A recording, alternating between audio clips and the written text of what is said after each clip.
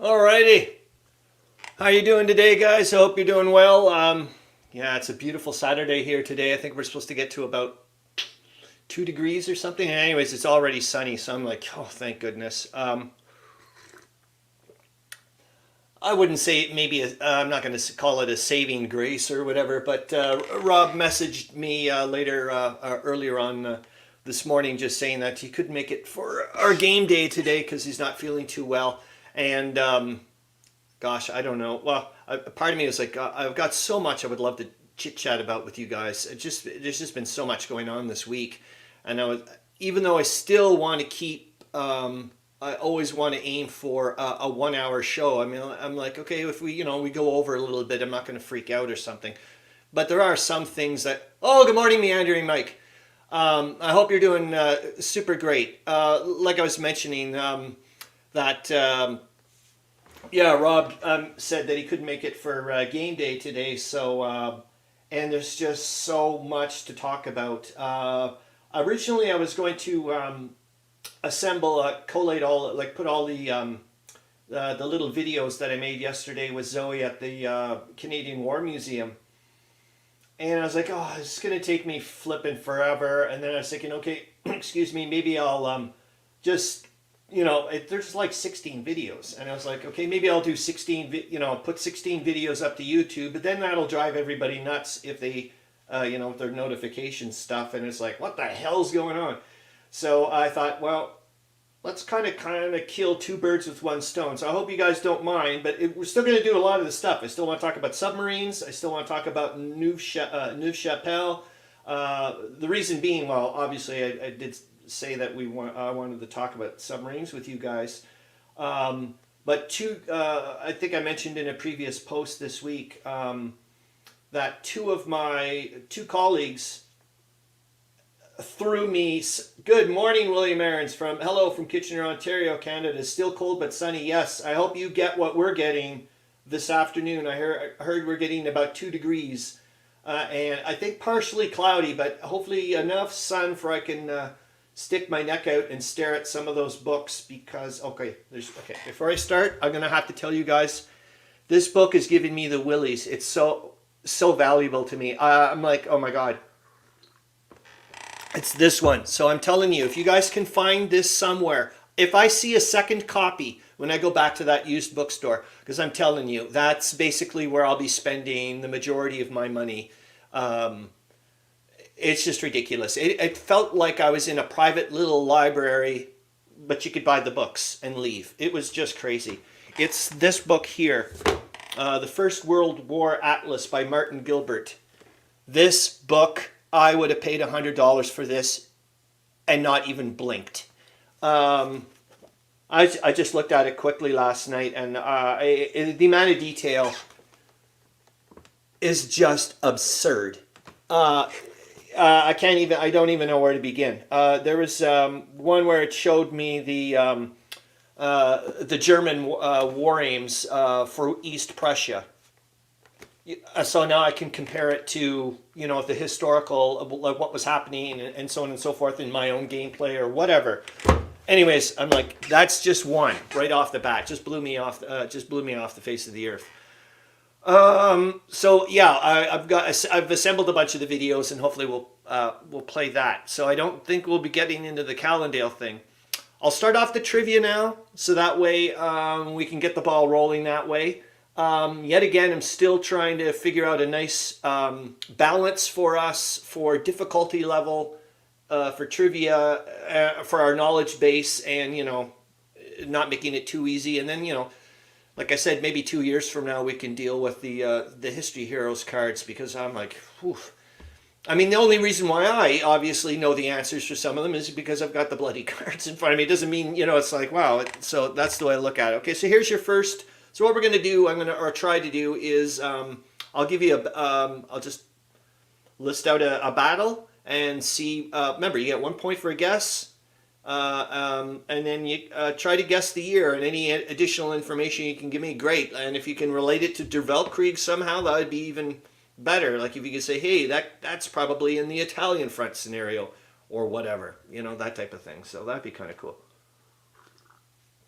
What else did I want to chit chat about it? Well, the connection with the submarines is, like I said, yes, obviously there's going to be like a mass. I mean, it's World War One bent for me, whatever. But I always still want to go, hey, wait a minute, I do play games, for crying out loud. So we're going to go and take a look at the, oh darn it, what is it called? The Raiders of the Deep, the Compass game. Just take a quickie look at the World War One thing for that submarine game. And then for the Battle of Neuve Chapelle, I'm not sure if that game's still available, because I looked at their website, I didn't see it. White Dog Games, they have a game that's about the Battle of Neuve Chapelle, so I thought that was interesting. Now, why am I bringing up Battle of Neuve Chapelle? Because the Battle of Neuve Chapelle started yesterday. Well, obviously up in France, and that was, I think, from what I remember, from what I've been reading and so on and so forth, this was the first time the British Army, I think it was starting now, they were getting a lot more troops and whatnot. They were taking a much more heavy load, and I think this is the first time they engaged, I'm not sure about this, I think the first time they engaged German troops in an entrenched position, like it was more or less just them. There was a lot of preparation ahead of time. I think this is when they figured out, which it's kind of gross, that they figured out that shrapnel was the best, shrapnel artillery shells were the best way to destroy barbed wire, because it really cut it up into pieces. And I was thinking, God, it wasn't invented for that though, was it? You know what it was invented for. And it was also, I mean, there was a lot of learning curves. I think the main objective for the Battle of Neuve Chapelle, yet again, I was saying from the previous week when we were talking about that the Allies were trying to figure out a way of essentially neutering their ability to bring in reinforcements and supply into the front, and trying to cut off at least as many of the major railways. And they knew that two of them coming out of Frankfurt were pretty good ones to get. So I think the Battle of Neuve Chapelle was to not just take the town, but to go past that and to actually disrupt the rail lines and so on and so forth. In the end, it didn't work. It started off really good, and then as per usual, communications between upper and lower command, from what I've heard, didn't work well. It was also at the very beginning when oh my God, and I will put it in the link, that 32-minute long podcast of that guy who is focusing on gaming. And it's interesting that he even says in his sorry, it's a YouTube thing.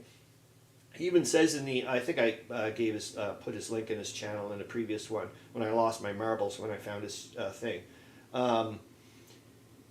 He's into gaming, and he says, look, we're going to focus on the Battle of Neuve Chapelle right now as part of my battle tactics series. And I was like, oh my God. So it's just like, off and off. But he has a massive analysis of that.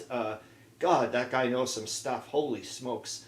But so anyways, he went on and on. So let's go with the first trivia thing, because I'm starting to wander off, and my notes will help me, I hope.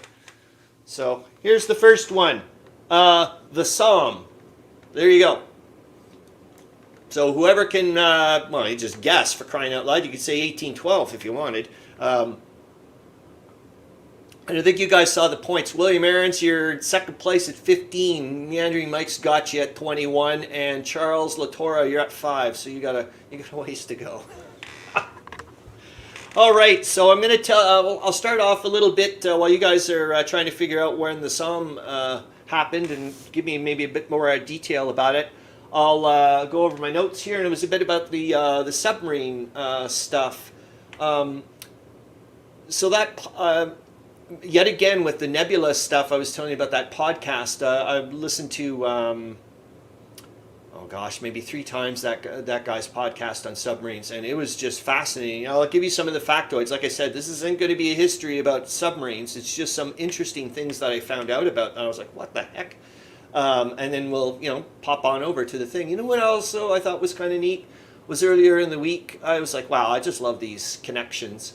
On Wednesday night, Hissy Cat was doing a live playthrough of video game U-Boat, and I was like, this is so cool. And from what I was listening to on that podcast, they were saying, although sonar and underwater communications, no, I thought I wanted to switch it up a little bit to give it a bit easier. Meandering Mike mentions I missed something. I guess we are not doing the old style trivia guessing a who. I thought maybe I'd try just something different a bit this week. So I'll just give you guys a battle, and then if you can guess it and go. If you guys don't want to do it, we can go the other way. I can just grab out the cards. I can do all kinds of things. But I just thought maybe we'd see if we can go that way. We'll see what happens. What about the submarine dude? Yeah, so like I said, I'll just give you some interesting facty stuff that I found out about submarines, and yet again to connect it with one of my colleagues. I don't know about you guys, and we'll go over to the link. Did you guys know that a Belgian cavalry regiment captured a submarine and crew off the coast of France? Yes, Meandering Mike gets it. The first song was 1916, I believe. Need an exact date? No, if you want, well, you'll get bonus points. You get 2 points right off. No, you get 3 points for the right date and 1 point for a guess. You got 4 points. So not bad, man. No, if you want to start getting into dates and, well, like I said, November 1916, Western Front. What do I got here? I've got, you've got the last turn, you've got when it ends, William Arends says. So this is what I have for just the quickie little bits I put in for the Psalm. The Psalm, June 1916, Western Front module for Der Weltkrieg, section 17 in it. First turn is 06, June 1916. The last turn is 04, November 1916, and that would be 34 turns if you played the game in Der Weltkrieg. Holy smokes. But that's only 4 turns more than the Spence and Gable Tannenberg game, so what can we say? What the heck was I saying about the submarines? Oh my God! So the Belgian cavalry regiment. Let's go to the website now. So Peter Alexander, I think you've heard his voice. I was talking to him about World War I, and that I was going to be talking about submarines this week. And he went, "Did you know that?" He's from Belgium, and he goes, "Did you know that a Belgium?" I'm like, "No." And he goes, "Yep, and it's also the only cavalry." He goes, "It's also the only Belgian. It's only the only submarine that the Belgian army ever captured, and so on and so forth. And it's obviously the only. Well, it's also the only cavalry." Oh yeah, my co-host. I forgot to tell you, I do actually have a co-host. He's sleeping right behind, under me. He's a tunneler, and I put up this white thing to cover my horrible old couch. Probably not that much better, but anyways, and he's been sleeping under this tunnel. I'm surprised he's still there, but yeah, Leo's right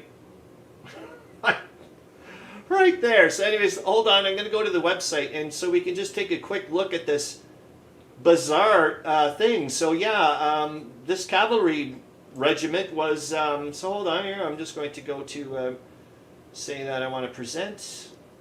I was just like, you've got to be joking.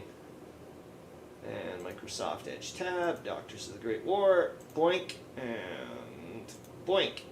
Hopefully you guys can see that, and I'll put it into full on. That doesn't really seem to do anything. So hopefully you guys can see that. I hope that's big enough for you.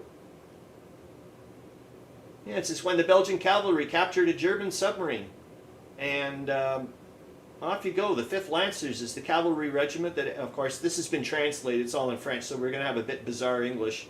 The honor of capturing a German submarine. On July 27th, 1917, this Belgian unit, responsible for guarding the French coast between Calais and Boulogne, was warned that a German submarine had run aground on the Wissant beach between Cap Blanc-Nez and Camp Gris-Nez. A detachment of horsemen was responsible for arresting the crew and driving them to Calais. Meandering Mike says, cavalry capturing a sub. Just fascinating. Exactly, Mike. Meandering Mike. And this is the thing that blew me away. If I hadn't opened my bloody mouth to one of my colleagues at work, I never would have known this. How the heck am I supposed to have found this out? And then he goes, oh, wait a minute, I can give you a website for it. He goes, sorry, if it's in French. I'm like, worries. Just crazy. So Peter Alexander, thank you so much, man. Thank you so much. Let's go a little bit more with the submarine stuff. I'll just give you some crazy facts. I'll put a bit more here so you guys can read a bit more. Or I'll try to slow. Maybe I can't do it. I'm not multitasking here. Here, I'll try to. While I take a look at some of the other fact stuff that I found out. Did you guys know that it's almost like a true or false thing? It would have been great for the trivia. So the Germans wanted to have a submarine presence in the Black Sea, but how the heck are you supposed to do that to counter the Russians? So what did they do? They transported not one, not two, but 4 submarines by land on rail all the way over to the Black Sea. I'm like, what the heck? This is just crazy business. Oh my goodness. And also I got to read up a little bit about, or from that podcast there, the Nebula podcast, saying that at the very beginning, I don't know how long it was, or if it was from nation to nation, but he mentioned that the British submariners were kind of like he didn't say like a cavalier attitude, but they certainly felt a bit independent. And I guess a lot of their work was kind of boring in the sense they would go underwater, do like a line, do a patrol, and come back up, grab some air and whatever, and then go back and back and forth, and just their mere presence, I guess, was a lot of times just a deterrent. But anyways, once I can't remember the guy's name, he veered off and sunk a German U-boat, and then went back to his patrol. Got in a lot of trouble for it, and they, can you explain your actions? And suppose it's not a direct quote, but pretty close. He basically said, "Yeah, I was bored and just wanted to go sink a submarine." Oh my God, I love stuff like this. Also, here's another crazy ass thing. I don't know if it's still a tradition thing, but I found out that back in World War I, they were still boarding vessels with cutlasses. They were wearing, like it was part of the thing. So U-boat crews and whatnot would show up wearing cutlasses and that. I just thought it was pretty cool. What else did I found out all kinds of crazy ass things, but like I said, there's no way in hell I'm going to. Here's some interesting numbers. I thought you guys would like to see. Actually, you know what? While we do that, let's go and pop on the, I'm going to say share this one instead. Oops, I hit the wrong one. Sorry guys. Present, share screen. Microsoft Edge tab. We'll go to the user collection. Sorry, my So that way we can go to the Raiders of the Deep, and you can see that while I'm doing this crazy ass stuff here. Yeah, now I can take myself off because I'm disrupting the whatever. Okay, so how about we pop on here, and while I'm chit-chatting, you guys can look at that. How's that? There we go. At the beginning of 1914, they said, I just found these numbers really interesting. Here, I'll pop myself on a little bit. It didn't seem like I was going to affect. There we go. USA had 39 submarines. Great Britain had 78. France had 63. Germany had 30. Italy had 20. Russia had 36. Austria had 14. The Ottoman Empire had none. And Japan had 15. And I think I was mentioning in a previous... Meandering Mike says, can you post that link, please? The link to... I absolutely will. Hold on. Absolutely will, Meandering Mike. Hold on, I'll do it right now. Copy. And let's see if it'll put in... I hope it does. Come on, you little bugger. See if that... let me know if that works, Meandering Mike. Now going back to Raiders of the Deep, while I just chit-chat about a couple of the facts. And then I also wanted to show you a couple of interesting... Actually, that's what I should show you, because you guys will be able to glean the information a lot more. So I want to go to... Get rid of that one. And then I want to go to number 1. So this is... Yeah, I'm going to share you this one. Hold on. So I'm going to show you a couple of pictures that I edited, and it's from the World War I Illustrated Atlas that I have. And so obviously I want to tell you what the source is. Meandering Mike says, thanks, I'm glad it's working. Goody. And a window. So let me know if you can see that, please. And I'm going to go back to my StreamYard, so hopefully you can see that. So yeah, the only unfortunate thing I find about the two pictures here is that the one on the left is for 5 months of restricted U-boat warfare, and the right is 11 months. Mark Russell, good morning. I'm in Kitchener as well, Mark Russell says. And morning, Mark Russell. Great to see you. Yeah, we're just a little bit into the submarine stuff, and then we're going to zip on over quickly to Neuve-Chapelle, and then hopefully I'll... oh yeah, I got to do another trivia thing in the jig.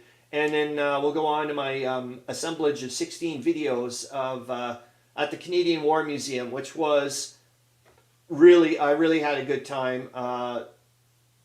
It's surprising. It didn't go the way I had expected, and but it was pleasant. As in, I was not unhappy whatsoever. And obviously, as you can see, the dessert at the end was that used bookstore. Oh my God.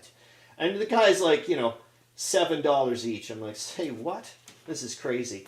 Anyway, so yeah, hopefully you can see that picture and get a bit of an idea of what was going on. And it was also neat for me to read up about, I didn't understand, about the nook and crannies or whatever, about the prize trophies or whatever it's called, the thing that was done in Hanover, was it? Hold on, let's see if I can find the prize rules taken from the military. So I got this taken from the military history fandom page. It says prize rules state that passenger ships may not be sunk. Crews of merchant ships must be placed in safety before their ships may be sunk. Lifeboats are not considered a place of safety unless close to land. Only warships and merchant ships that are a threat to the attacker may be sunk without warning. And it says Part 4, Act 22, in their action in regards to merchant ships, submarines must conform to the rules of international law to which surface vessels are subject. But then there is some British... Charles Latora, I've done 4 patrols with Raiders of the Deep. Not much luck yet, up to March 1915. Oh, cool, Charles Latora. Because like I said, I was like, ooh, this, that would be like way off in Wonderland. I actually did go to bookstore. I went to my online greatboardgames.ca website, which I think William Arends knows about as well. I think it's right near his neck of the woods, if I'm not mistaken. And I put it on the wait list. He's got it out of stock, but he has usually extremely low volume, but ridiculous prices. I can usually get like a Compass game at the same price Canadian as it would be American, in the sense like if it says 99 American, I'll get it for 99 Canadian. So I'm quite happy. What else? Quickie. Yeah, and the other thing I didn't... it was neat to also find out about why... I didn't understand that the Lusitania was, I guess, basically it seems like the trigger for Germany going back to restricted submarine warfare, I guess, after that. And then, of course, at the very bitter end, I guess they had to kick it back in. Mark Russell says, Great Board Games is in Kitchener. Yes, thank you. Wonderful, wonderful. When I found that website, that online store, I was like, okay. I felt bad for not going directly to the publisher sites anymore, like pre-ordering and all that stuff, but I live in Canada. I'm sorry, customs and shipping just kills me. And I was able excuse me, last year to get the Stalingrad game for I think $70 Canadian, for goodness sakes. Okay, so what else did I find out? Well, as per usual, a gazillion things, but I'm probably going to miss a ton. What else? Yeah, it was Admiral Sir John Fisher that warned way back when, I think in 1912, that, wait a minute, guys, you guys expect submarines to adhere to this prize rule stuff. How in the world is that going to work? Look at the size of a submarine, for God's sakes, and so on and so forth. And then supposedly Winston Churchill at the time was like, no, no, no, that will never happen. Mark Russell says, Board Game Bliss is another good Canadian store for war games. Yes, I have that also on my little online game store subfolder on my thing to go and pop on in. Especially for, I picked up, I think, like dice tray type stuff, or like a you know, where you throw your dice in, like a portable dice whatevers, so you don't knock everything over on your board, which drives me up a flippin' tree. Yeah, I think I did mention that it was pretty shocking to find out that you know, an Austro-Hungarian submarine engaged a Japanese destroyer in the Mediterranean. And there's actually Meandering Mike mentioned that there was a monument in Malta, I do believe, about the Japanese Navy. I found out they did over 300 missions in the Mediterranean, and they transported over, or nearly 750,000 troops, for crying out loud. It's just amazing. Also, another little fact thingamabig. I'll go to the next picture so you can see the difference. I think what it was when the Allies were starting to clue in on how to counter the submarine threat, like with the convoys, and also keeping in the convoy. So you'd have one convoy, all the ships of the same speed, so you would never have stragglers, that type of stuff. So you'd have the fast ships with the fast ships, slow with slow, and that. Also, better able to spot the wake from periscopes. Anyways, yeah, you'll see. I'll show you the next. Hold on here. I'll get to that next one. Number 2. And then I got to go to my StreamYard thingamabob again. Stop that one. Present the next dude. And I want a window, and it's... I think it's this one. Is that? Yeah. It's okay. So you did see this one. Excellent. And that's showing you the difference in. I hope you guys can see the drop in, like, when they were starting to figure out. I'm gonna have to take a look. Hold on here. Yeah. So there, you're gonna see the drop, and gosh, there's just so much to find out about.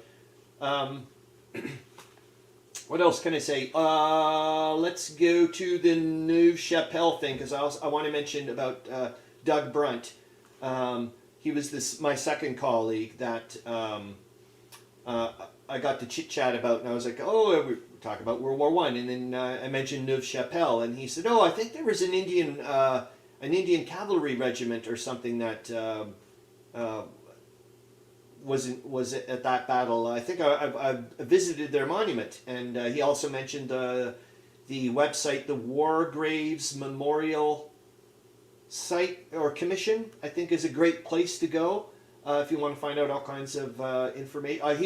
He's been all over France and whatnot, and Belgium, and he's, like, you know, on bicycle, gone to all these little places, and told me about, you know, you can find all these little spots. You know, like just off in a little farmer's field or whatever, and, you know, just meticulously, like, oh, just amazing.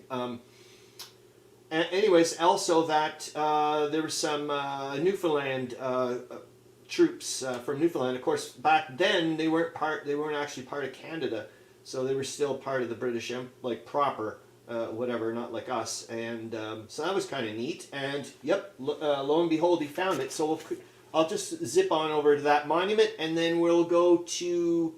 Oh, William Arends says, I still have to make my first trip to Great Board Games in Kitchener.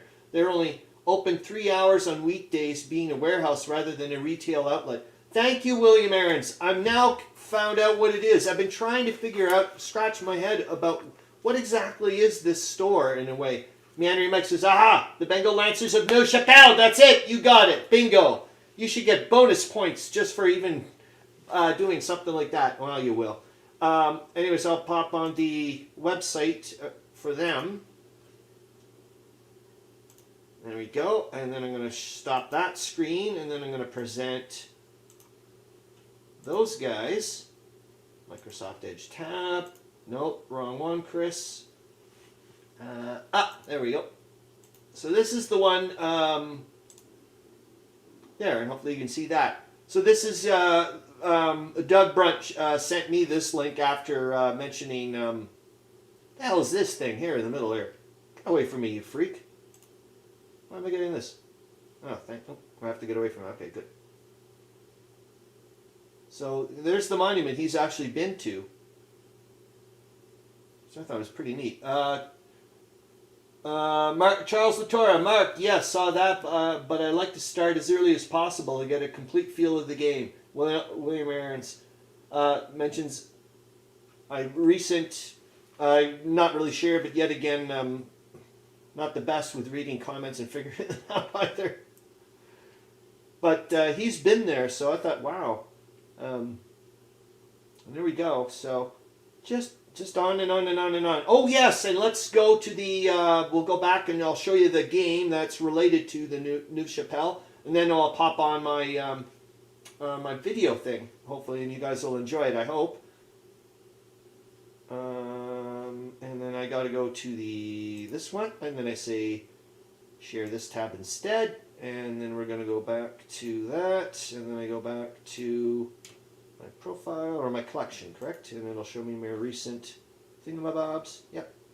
I'm going to go to New Chapelle. So this is the game. I don't know if it's still available. I went to their website and I didn't see it. Marco OmniGamer did a video for it, his review, and he seemed to like it. I'm not super ultra excited about the map for clarity for myself personally, but I don't have it in front of my face, so you know what I mean. I can't really tell, and who knows what. Mark Russell Charles, I always start at the beginning as well. Yeah, about the whatever, and let's find out what level. I want to find out. New Chapelle provides a tactical replay of the World War I battle. The British attempted to reduce a poorly defended German salient centered on the town of New Chapelle. Plans were to expand and break through, and with cavalry and infantry, like the Bengal Lancers reserves, take the Aubers ridgeline. However, poor communication, coordination, and the weather conspired. Yeah, the next day they had a hell of a time. They couldn't, and there was another thing I didn't know about back then. They had to register their artillery positions, like their where they were going to hit. So, like, you know, obviously the opposition knew, okay, these guys are trying to range for us, for Christ's sakes. Among other game features, designer Michael W. Kennedy uses offensive artillery and defensive artillery fire. Ooh. British command checks and a unique assault combat mechanic to simulate the bloody struggle. The game is played over a series of 14, that's interesting. Meandering Mike says, I was able to get a copy of At New Chapelle back in December, but I don't remember where or from whom that I bought it. Well, I think you may be a lucky bugger. The game simulates early trench warfare and makes prominent use of artillery and other defensive advantages of trenches. Wow. Weather conditions and British communications among the four divisions are determined randomly each turn.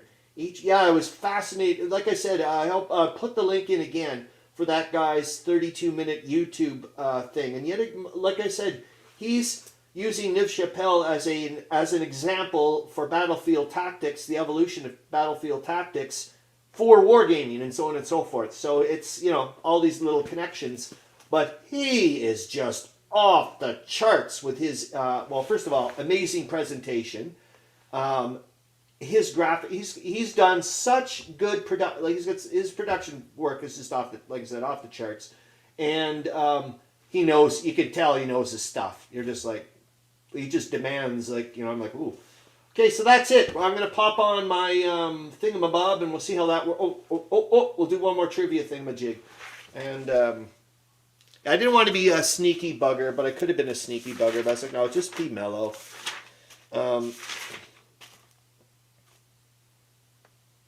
Yeah, let's just be mellow. Caporetto. So, what year did Caporetto happen? Remember, you just even guessed. Like I said, you could say 1812. You get 1 point for crying out loud. I mean, obviously, it'd be way off base, but or maybe there was a Caporetto back then. We just don't know about it. All right. So here we go. I'm going to pop on my thingamajig and we'll see if that works. And I'm going to share this one. And then I have to mute myself. Meandering Mike, wasn't Caporetto fought over multiple times? I'm going to say, well, you get 1 point for guessing. Mark Russell gets 1 point for guessing and 3 points for getting it right. 1917. Mark Russell said 1917. Yeah, October 1917, I do believe. I better get this right. And thank God. I've been reading up on it enough. I'm like, you better get the freaking month right, you freak. Yeah, so it's the Italian front module, obviously, in Der Weltkrieg. First turn is 06 October 1917. Your last turn is 07 November 1917. It's only 9 turns.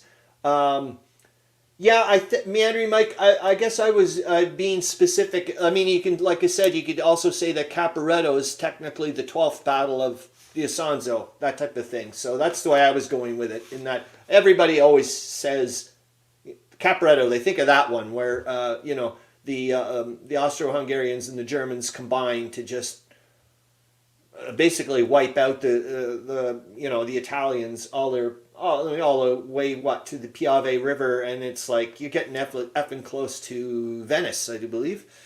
But the weird thing was, I think we were talking about it a week ago or 2 weeks ago, that that kind of galvanized the Italians in like, oh my God, we feel threatened, and it was like almost like the same thing that happened like in 1918 with the German offensive with the Allies. From what I've been reading, anyways, it kind of like propelled them to get going, you know.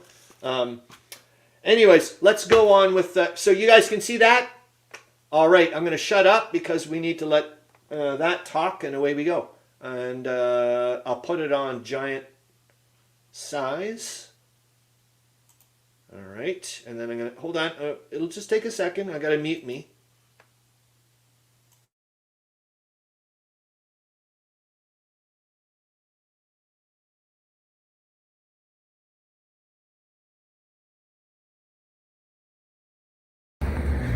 Well, we just got off the LRT. I don't even know what the hell the thing is, Pimlissi or Pimlissi or whatever the hell is he. But this is Le Breton Flats, so I don't know too much of this area, sadly. But anyways, there's the new War Museum just over there, and we're just about to get to it, and there's Zoe off in the distance. So I'll see you in a bit. And that over there, maybe we'll pop over to it later, I don't know. That's the National Holocaust Monument. I've never been, but that's that. There seems to be a heck of a lot of construction going on. And yeah, we're getting awfully close to the entrance to the museum. And there you can see the Parliament buildings just over there. Okay, see you in a bit. I hope you can see that, eh? Vimy Place, one Vimy Place. That is so cool. I hope it didn't kill my video, but you can see it's kind of like very bunkerish, eh? Like a very military. Hey, they did a good job. Well, we just went into the the gift shop before actually going to the exhibit, and I lost my flippin' marbles. There's lots of stuff. Unfortunately, lots of it's really expensive. God, is it ever deader in a doornail? Which is great. But they had a huge World War I section. Excuse me. And they had some stuff on modeling. Ooh, like, you know, doing some cool stuff. Talk to you in a bit. Oh, here's some of the stuff. Oh, it's kind of nice. We can hear like water trickling and birds chirping, and kind of nice and mellow.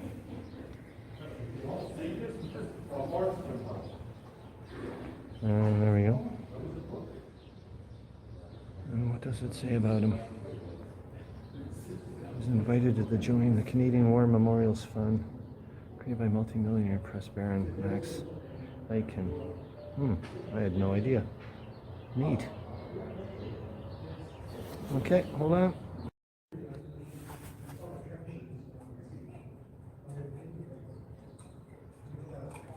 It's very dark in here. All I gotta say.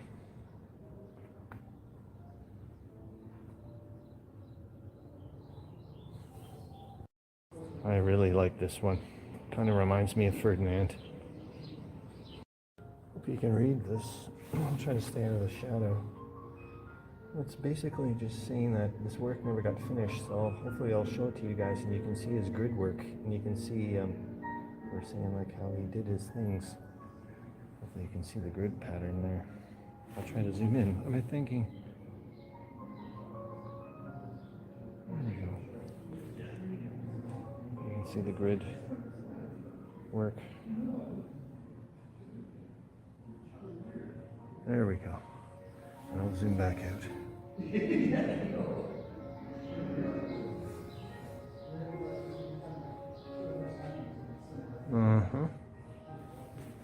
Let's go out a bit. There we go.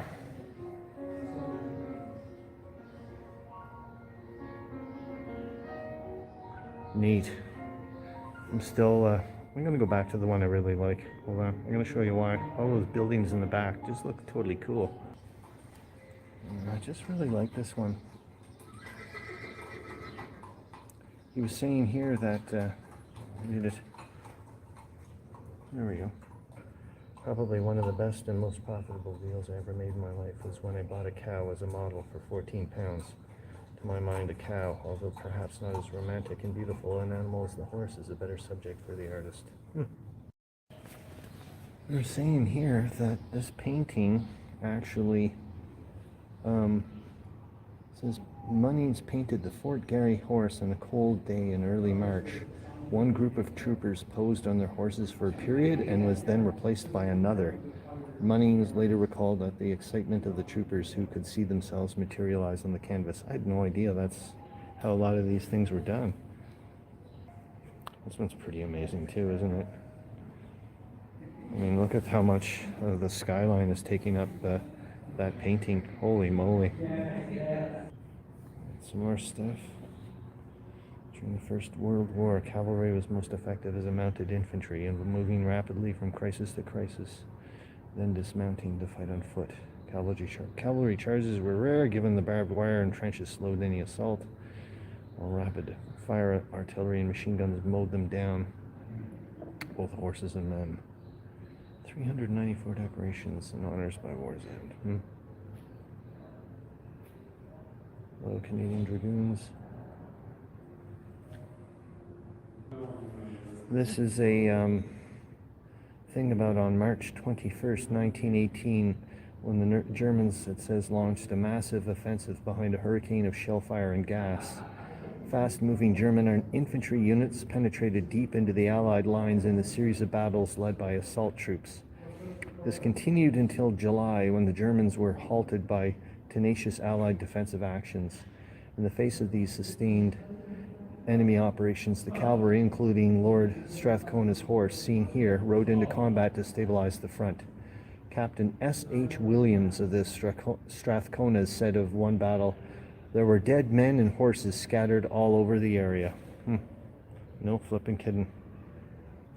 I don't see that very often. This one is on about the 30th of March, 1918. Lieutenant Gordon Flowerdew took his 75-member squadron of Lord Strathcona's horse around the northeastern corner of Moray Wood.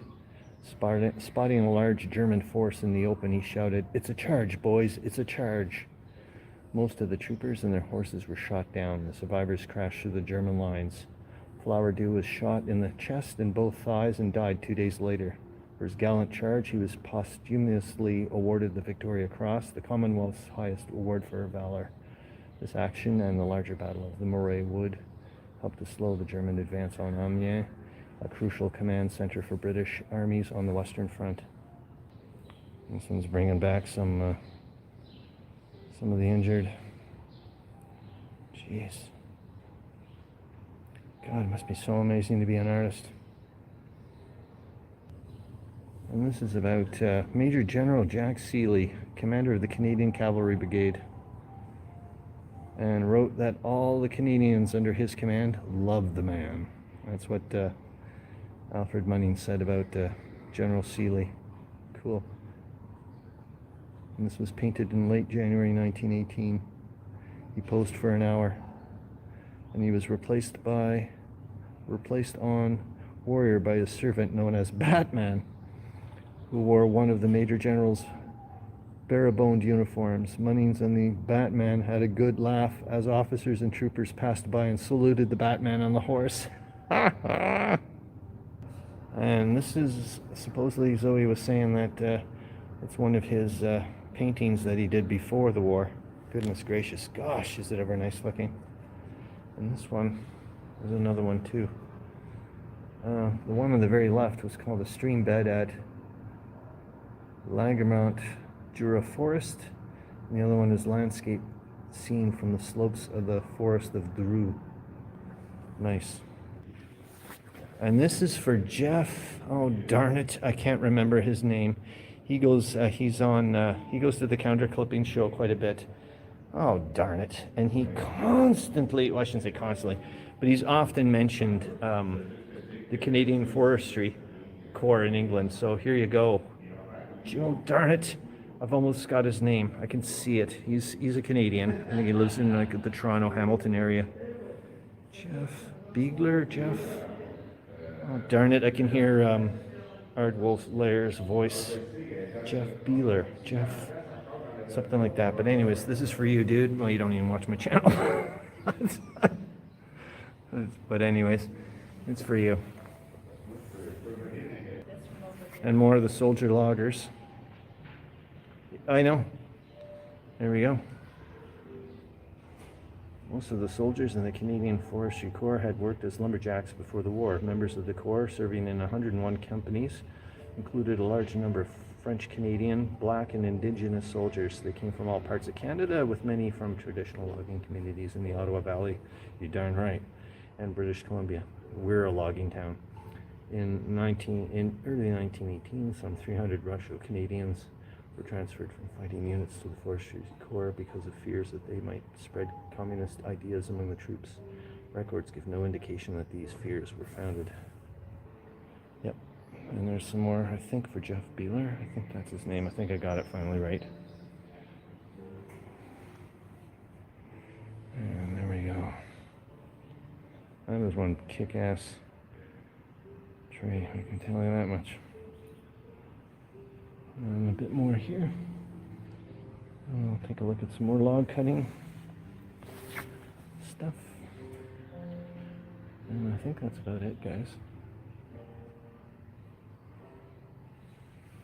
2 million tons.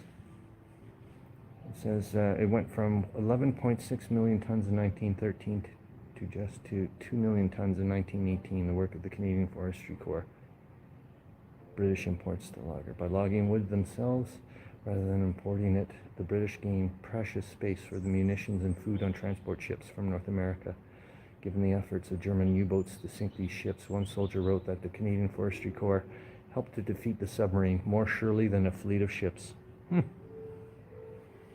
Interesting. To handle logs weighing hundreds of kilograms, forestry soldiers used special cranes and lifting devices to stack the wood for transport. Machines such as the jammer seen here could reduce some of the strain of timber work, but nothing could replace horsepower. Yep, no kidding, eh? And more and more. Beautiful looking horses, eh?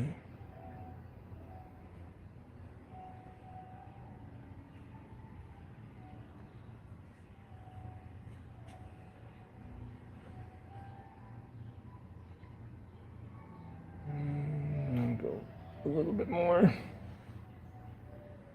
want to go back to the cow.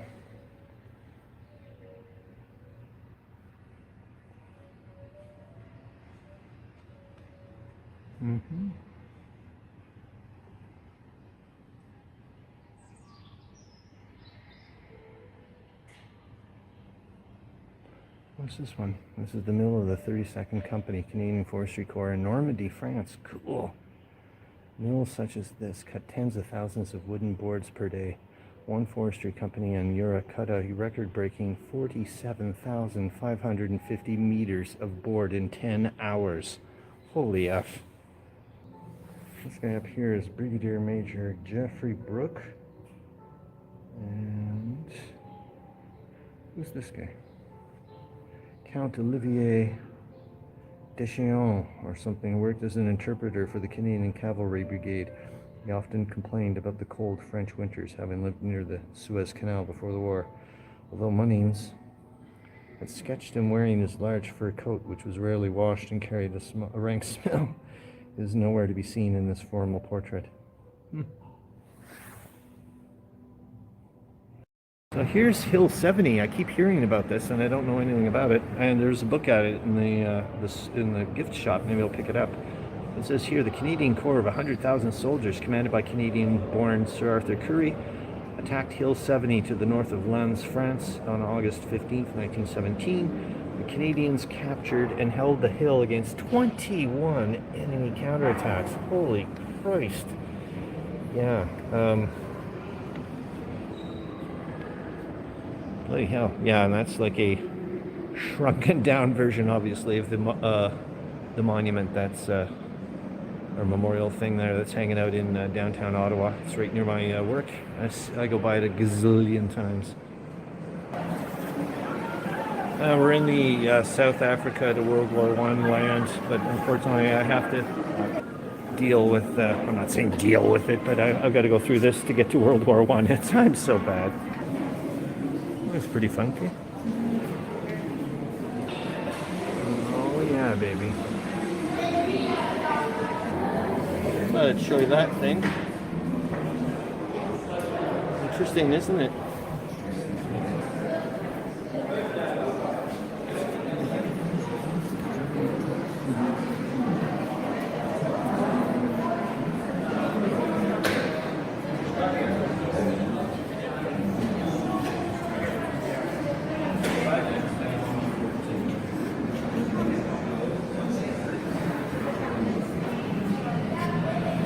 "15 years old, guys. 15 years old.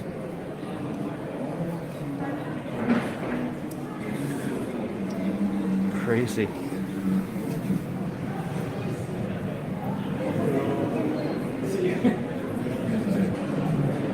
Neato, man.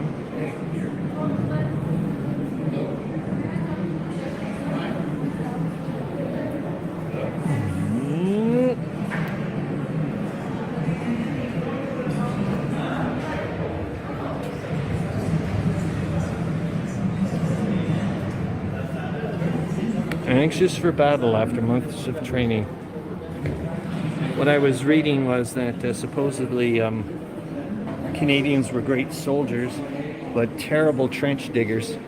And the reason being, someone mentioned afterwards when one of the British officers was going, "God, you guys suck at digging trenches." And I guess one of our officers was saying, well, most of them have left Canada to get away from digging because they're all farmers, for crying out loud. I have no idea about the Ross rifle, all kinds of things I'm going to have to learn about, as per flippin' usual. It's just never ending, never flippin' ending, man. Which is a good thing to be. About 8?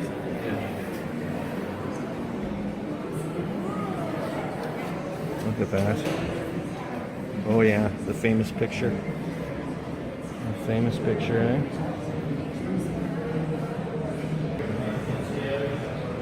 Jesus. Man, maybe I should do that for Halloween. That makes total sense, man. Oh, I'll have to ask, I'll have to get Zoe to help me out. It's an 18-pounder here. Most common gun used by Canadians in the British military. 100 million shells during the war. Jesus, Murphy. So shell, that's why I called it an 18-pounder. I was wondering why. 18.5 pounds. Well, that is what weighs 18.5 pounds, eh? Holy jeepers jumping. Oh, cool. Oh, man. I can't wait to show you the book that I saw at the gift shop. It's called Modeling Trench Works. But $40 Canadian. I can't afford it, but I'm buying it. I can tell you that much. Jesus. Yeah, I've been butchering the videos, haven't I? But oh well. Here's a Vickers machine gun. I've never seen one before. machine gun cut down almost anything or anyone above ground. The water-cooled Vickers, which could fire 450 bullets per minute. Jesus, Murphy. It was the standard British heavy machine gun of the war. The Vickers was generally used as a defensive weapon to stop enemy attacks, but it could also fire a barrage of bullets over enemy positions to kill the enemy or isolate his forward trenches. Yeah, they use this type of indirect fire at Vimy Ridge. And it's extremely effective. Wow. I love all these stupid little propaganda things. Do your bit for your Brit.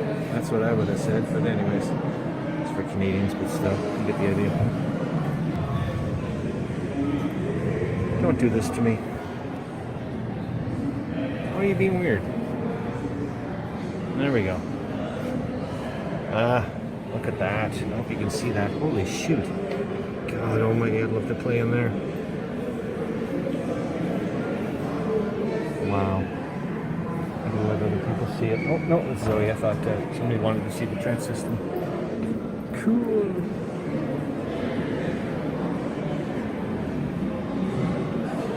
Wow. Now I get the idea of the zigzagging. Hold on. Guys, look at this. Oh, sweet, sweet. I'd like to know how to play this game. Arts and Crowns, also known as Crown and Anchor, with a high boost.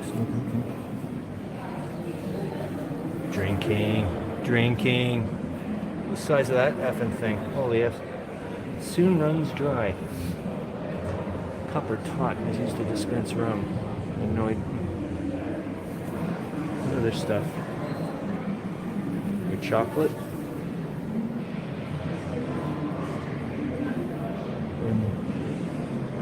Tobacco. Oh, there's for Dan Pancaldi.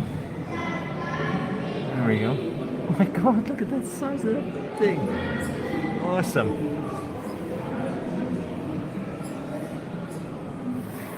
I gotta go into the trench in a minute, guys.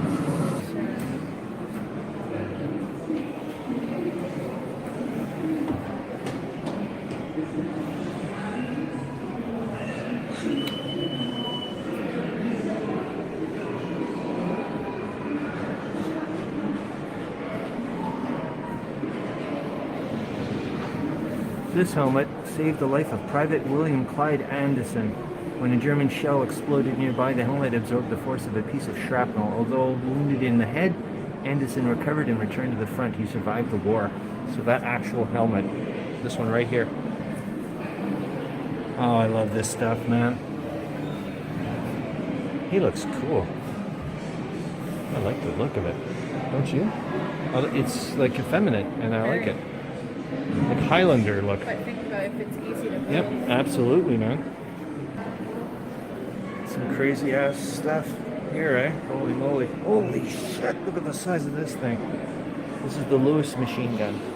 It was a light air-cooled assault weapon that could be carried by a single soldier in a battle. It could fire 500 rounds, so that's even better than the Vickers, which was what, 400 and something? Wow. Have you gone into the trench system yet? Yeah, it's pretty cool. Walk it alone if you can. Okay.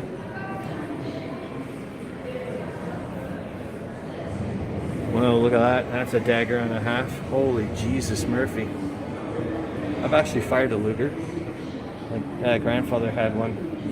Brought it back from Germany. I don't know how he got it. But... So that's a trench club, eh? A stick grenade and another trench club. Wow. Things I just do not know about. And snipers, I guess you were saying. And some body armor.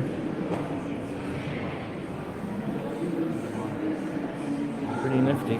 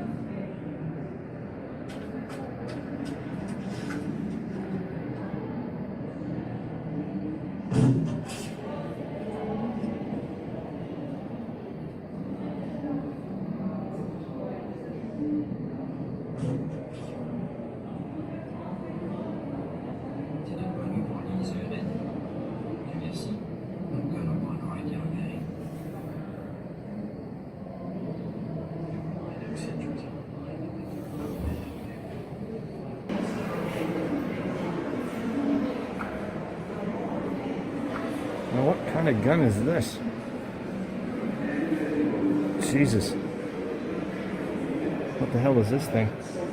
German Maschinen, forget it, I'm not going to say it. MG-08. The MG-08, the German Army standard machine gun, could fire 450 rounds a minute up to a range of 1,800 meters. German machine gun crews in protected positions and supporting one another killed hundreds of thousands during the war.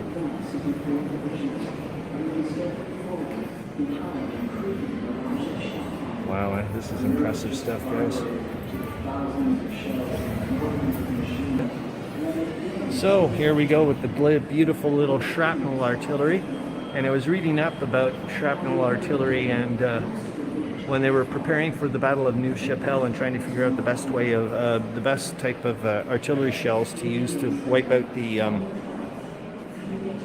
barbed wire, they found out that shrapnel was the best because it cut up the wire into nice little pieces versus the high explosive, which just tended to, like, you know, send it up and then throw it back down into clumps. And just when I heard that, I was like, well, that's pretty scary, because we knew why shrapnel was invented. It was to do that. Jesus Murphy. Look at the size of this thing, man. This is my hand. Holy smokes. And wait till we see the size of this gun. In case I know for a lot of you people this is like nothing, because then you've seen this 1,000 times, but for me, it's not the case at all. Not even close. This is enormous. This is an 8-inch howitzer, they said. Holy shoot. Fire an enormous high explosive 90 kilogram shell, 11 kilometers. 11 kilometers. My God. The creeping barrage. There's that thing, yeah. Look at that. Before and after. Sorry guys if I'm doing a god-awful freaking video, whatever.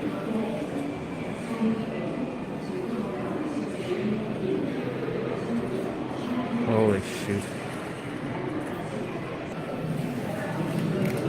And there you go, why I would never want to be in artillery. My God.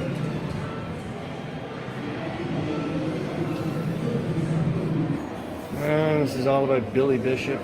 This is awards, medals, and all that crazy nonsense. And I guess this is a airplane gun? Jeez. Yep, there we go. Yeah, I don't know anything, or very little about, there's the Vimy Ridge, the Vimy Memorial, the thing I told you I wanted to go see. Oh gosh, I can't wait to go there. That's something I hope that's around for thousands of years, man, like the pyramids. There we go. Well, supposedly this gun, they said here, says the Germans captured this machine gun from the Russians on the Eastern Front and used it against Canadians while defending Vimy Ridge. The Canadian 54th Battalion captured the gun on the 9th of April 1917 in its attack up the heights towards Hill 145. Note the evidence of bullet strikes on the armored shield. Well, let's go take a look.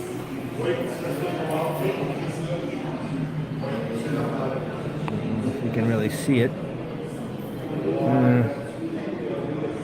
I don't see any, well, maybe you guys understand what bullets. Yeah, I can see these funky little dents, I guess. There's a Lewis machine gun. Jeez, I had no idea you could do that with that. This Lewis machine gun was one of the most important weapons of the war, able to fire hundreds of bullets a minute. The Lewis was the infantry's primary light machine gun and increased the firepower of a platoon. Yeah, there was one thing I was reading about earlier this week, was that they were starting to slowly clue in that they had to start integrating bits of, like, I guess at the very beginning the British were like just, you know, all rifle companies and so on and so forth, and they were like, no, we have to start getting some people that've got, you know, and start whipping grenades and so on and so forth. And wow, holy moly, I didn't realize how tiny they are. Let's see if you can take a look later, see what you guys can Oh, there's the machine gun. Yeah, it's getting a lot of focus, isn't it? Doesn't know what to focus on. Are you happy now, you crazy bastard? What's wrong with you?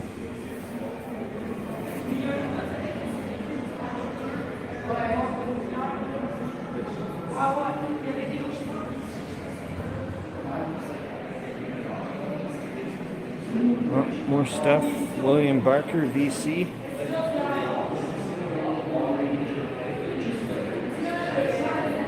Remains the most decorated Canadian military service. He shot down 50 enemy aircraft in Italy and France. Barker received the Victoria Cross for a spectacular dogfight on the 27th of October 1918, where he single-handedly fought off several dozen German planes, shooting down before crash landing behind Allied lines.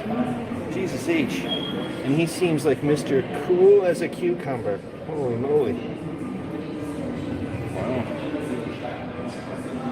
Gruesome souvenir. When Canadian pilot E.G. Schaefer crashed his airplane in 1919, he suffered facial injuries and 3 compound fractures to his left leg. Schaefer's femur was driven into the plane's petrol gauge. Part of it remains embedded there. Whoa!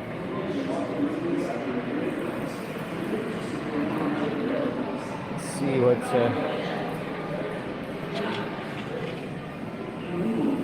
Cold weather flyer, man. Oh my god, does he ever look cool? Sorry, I didn't mean it that way.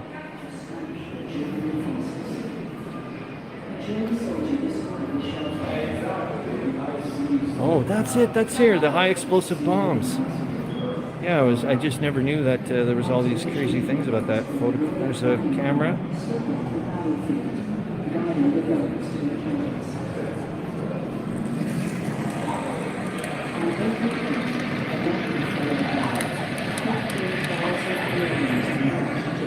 Ah, Vimy Ridge, man. Vimy Ridge. There's Billy Bishop's propeller. It was called Blue Nose. The blue tip of this propeller. It's in pretty rough shape. The artillery employed sophisticated tactics and technology during the Battle of Vimy Ridge and afterwards, especially in firing the creeping barrage and in silencing enemy guns using counter-battery fire. 2 Canadians survey enemy lines and search for targets.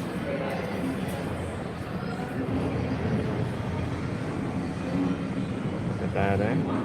Neato. Things... I don't know if you guys know about the Halifax explosion, but up to that point, it was the largest man-made explosion on the planet. There was nothing else before that. That was the biggie. That was the biggie. What an effing mess. That's all I gotta say. More people could have died. That's all I'm going to tell you that much. There was a telegraph operator that knew there was a train coming and was able to signal them ahead of time and get them to stop coming into Halifax. And that wouldn't have been good. He died, though. He stayed behind to keep sending out the signal and didn't make it.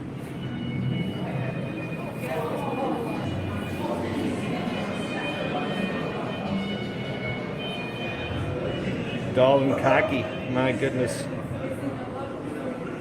Children's story of the war. L.A. Montgomery, author of the celebrated Anne Green Gables. I didn't know that.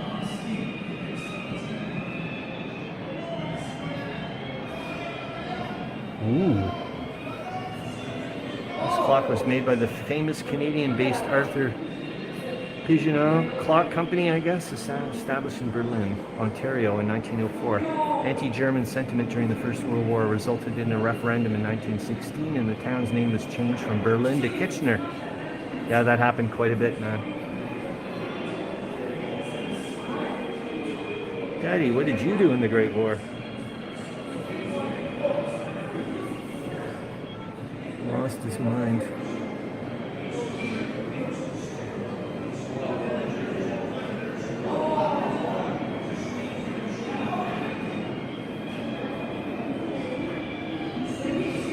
Sarah was sent a telegram informing her that her beloved husband had been killed in action. And there's the flippin' telegram. Jesus. God, you can just feel it almost in her. That when your heart goes right into your throat.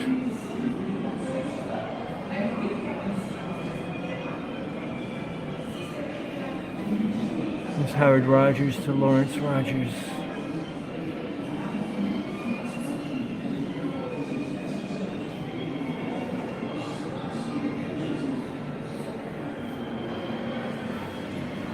Almost finished, Zoe.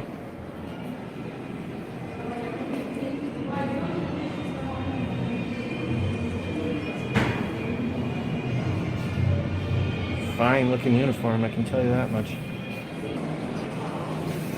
You know, I don't even know if that was filming. I'm going to do it again just in case it didn't. So here's the, have to be, you be the judge and find out whether or not I'm going to accept or reject. Start. Peter Leclerc has requested an exemption from the military service for the following reason. School principal. His work is of national importance and there's a shortage of qualified educators. Reject. Yep. It's believed that it was Peter Leclerc's duty to serve overseas. Nevertheless, he recognized the difficulty of finding qualified educators because of so many enlisted. Alright, William Graham. Two of his brothers had previously enlisted and one was killed in battle. Do you accept or reject? Reject. Nope. It was accepted because the judge thought his mother had given up too much. Oh well.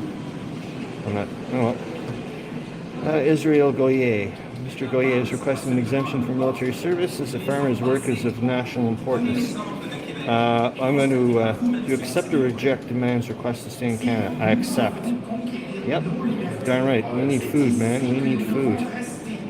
Yeah, I'm an a-hole. I mean, as in I'm gonna. You know, you're rejected, dude. I don't give a shit about you. Yep, there you go. Sorry. Well, there we go. I think I'm done. Right on. I mean, come on, I gotta do this for Zoe for crying out loud.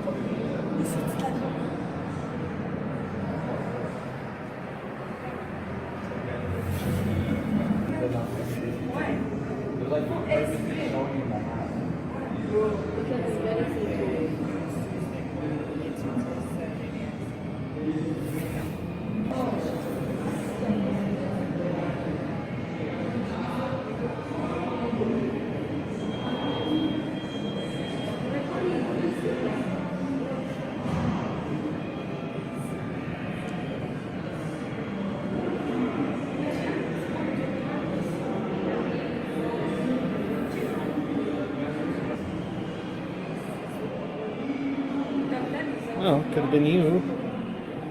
Probably been something years ago. The Bluebirds. Nursing Sister Alma Florence Finney of Borough, Ontario, wore this uniform while serving at a hospital in France. Other Arends nurses the nickname Bluebirds. Nursing Sister Latora is one of the few women who received the Military Gallantry Award.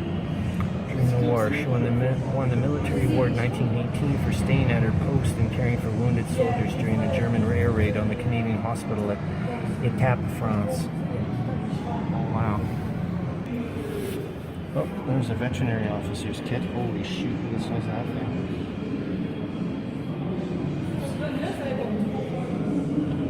Bullet to the head. Yep.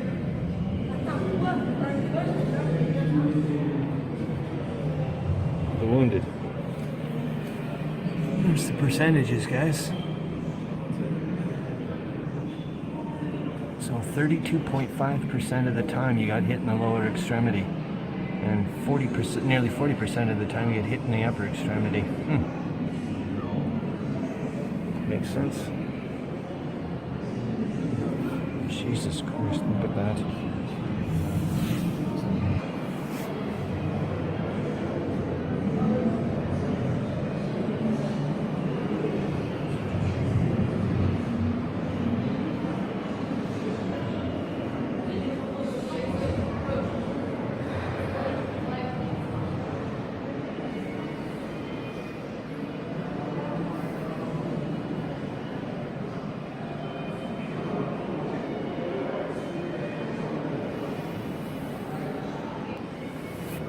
There we go. Combined armed system of infantry, artillery, tanks, and aircraft attacking together and supporting one another in battle was the key to defeating the Germans in the battles of the last 100 days. Infantry advance in a snake formation to reduce casualties. Tanks crush barbed wire and attack enemy strongpoints. Artillery barrages neutralize German defenders with explosives, shrapnel, smoke, and poison gas. Aircraft attack German ground positions. Armored cars provide mobile machine guns support. Infantry assault the German machine gun position.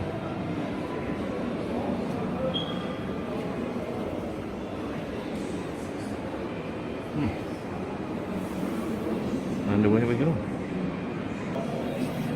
Senior Canadian officers presented this elaborate sword to Curie as a mark of respect and support after the war. It was particularly relevant because of insidious rumors that accused Curie of being a callous general who had caused the unnecessary death of his troops. This was untrue, but Curie was forced in 1928 court case to fight his reputation, and he won. Oh yeah.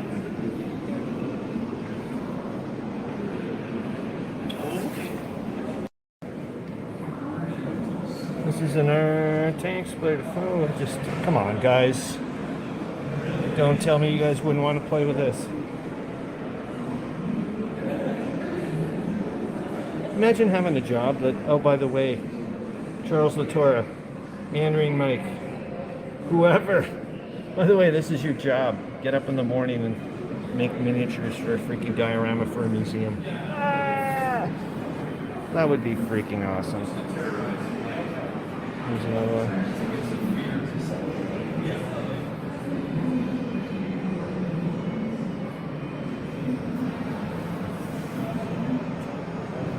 Neato, man.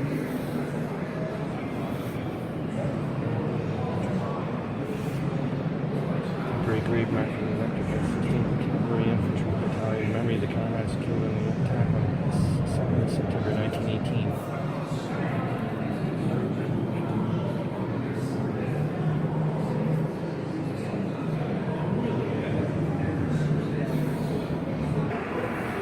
I can't. A pickle hobe or pickle hoob, or I don't know how to say it. I guess this one got popped in here. It says the date, time, and location of the prisoner's capture are inscribed on this German infantry field dress helmet. Cambrai, 5:20 a.m., October 9th, 1918. Trippy. Well, that's it, guys. I'm going to pop out and go to the gift shop and spend a ton of money on books. Darn right I'm going to. Okay, see you in a bit. Yeah, I just wanted to show this one. It's a super big, pretty big shot. And this is this 18-pounder Canadian artillery piece was used by the 39th Battery Canadian Field Artillery during the 100 Days campaign in August 1919. Canadian soldiers presented it to the citizens of Mons, Belgium, as a symbol of friendship, claiming that it was the last Canadian gun to fire before the armistice to mark the centennial of the First World War, which was so profoundly shaped Belgium, Canada, and the world. The gun was returned to Canada in 2018. And there it is. Woof. There's one. God, those things must have been so flippin' loud. Anyway, stuff. Anyways, yeah, guys, I wanted Zoe noticed this. I didn't, but as per usual, I'm not looking. So there's a bunch of paddles, First Nation, Haida, Guay, all kinds of cool stuff. Anyways, yeah, we're just waiting for our train from the LRT, the infamous LRT. If you've ever seen the episode "The Monorail" from The Simpsons, that's essentially what you're. We've got one of the worst freaking. Oh, it's just, it was a disaster waiting to happen, and it happened. That's all I got to say. If you ever want to find out, just go look up Ottawa LRT. What a joke.